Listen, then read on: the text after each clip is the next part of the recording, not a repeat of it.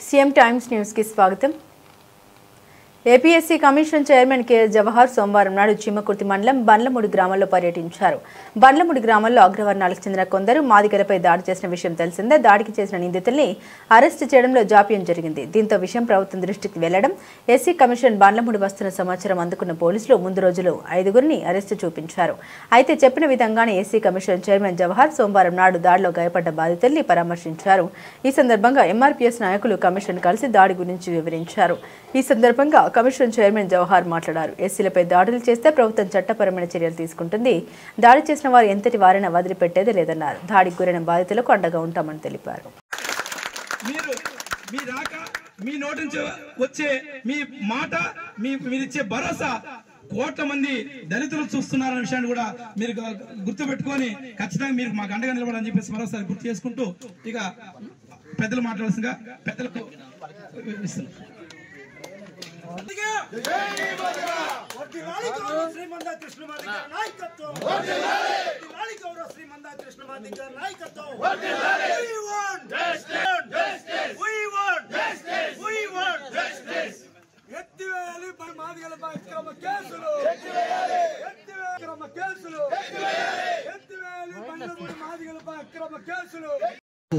ముందుగా అందరూ క్షమించాల్సిందిగా కోరుతూ ఈరోజు ప్రత్యేకంగా మా సెక్రటరీ గారు ఆయన జేసీగా ఐఏఎస్ ఆఫీసర్ గారు కూడా పనిచేసి ఈరోజు నా దగ్గర సెక్రటరీగా ఉన్నారు. వారిని కూడా తీసుకొని రావడం జరిగింది.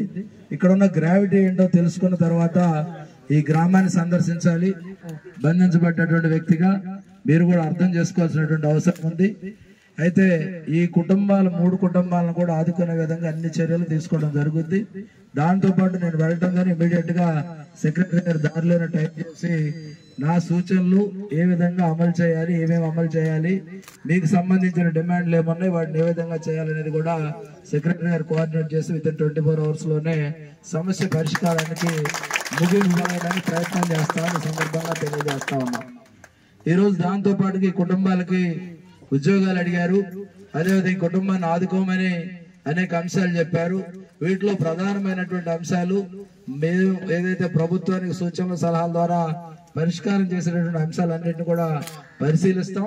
దాంతో పాటు ఇక్కడే ఇప్పుడు చిల్లు కట్టించకుండా అవసరం చేయటం. ఎందుకంటే ఇప్పుడే లోపలికి వెళ్తా ఉంటే చూసా, నేను కూడా ఇలాంటి గుడిసెల్లో నుంచి వచ్చా. నేనేం ప్రత్యేకంగా పైనుంచి వచ్చినట్టు ఏం కాదు. ఇలాంటి పరిస్థితుల్లో వాళ్ళు జీవనం సాగిస్తా ఉన్నటువంటి పరిస్థితుల్లో వాళ్ళు గౌరవప్రదంగా కూడా బతకాలి.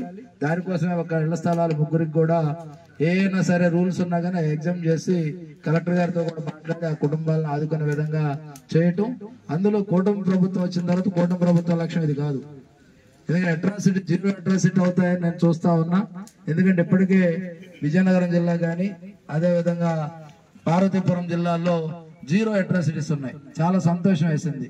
అలాగే ఒంగోలు చైతన్యవంతమైన జిల్లా ఇక్కడ కూడా ఉంటుంది అనుకుంటే ఇక్కడ ఇప్పుడు మళ్ళీ 40 ఏళ్ల తర్వాత ఇక్కడ మొదలైనటువంటి పరిస్థితి చూస్తా ఉన్నాం. దీన్ని సీరియస్ గా తీసుకోవడం జరుగుతుంది. అదేవిధంగా